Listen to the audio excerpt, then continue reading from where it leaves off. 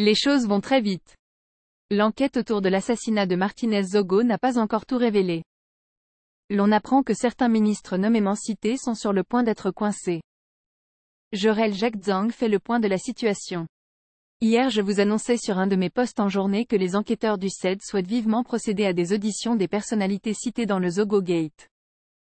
Des personnalités en premier desquelles se trouve le garde des Sceaux et ministre de la Justice du Cameroun mais également le ministre de l'Économie dont l'audition doit plutôt porter sur sa relation avec l'homme d'affaires de Vision 4.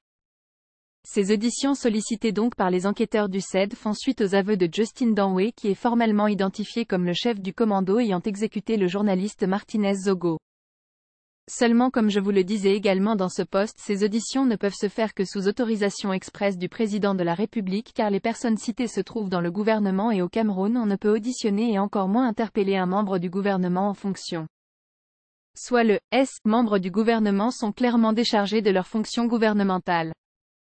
Ou le palais donne l'autorisation.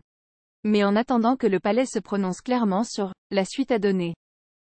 Le jeudi 8 février 2023 à 11 h il a été notifié clairement par télégramme officiel et fax à tous les membres du gouvernement du Premier ministre au dernier secrétaire d'État une interdiction formelle de sortie du territoire national et la note officielle a été également adressée à tous les aéroports et frontières. Cette interdiction de sortie du territoire est généralement faite à la veille d'un remaniement ministériel ou quand le palais s'apprête à marquer le coup.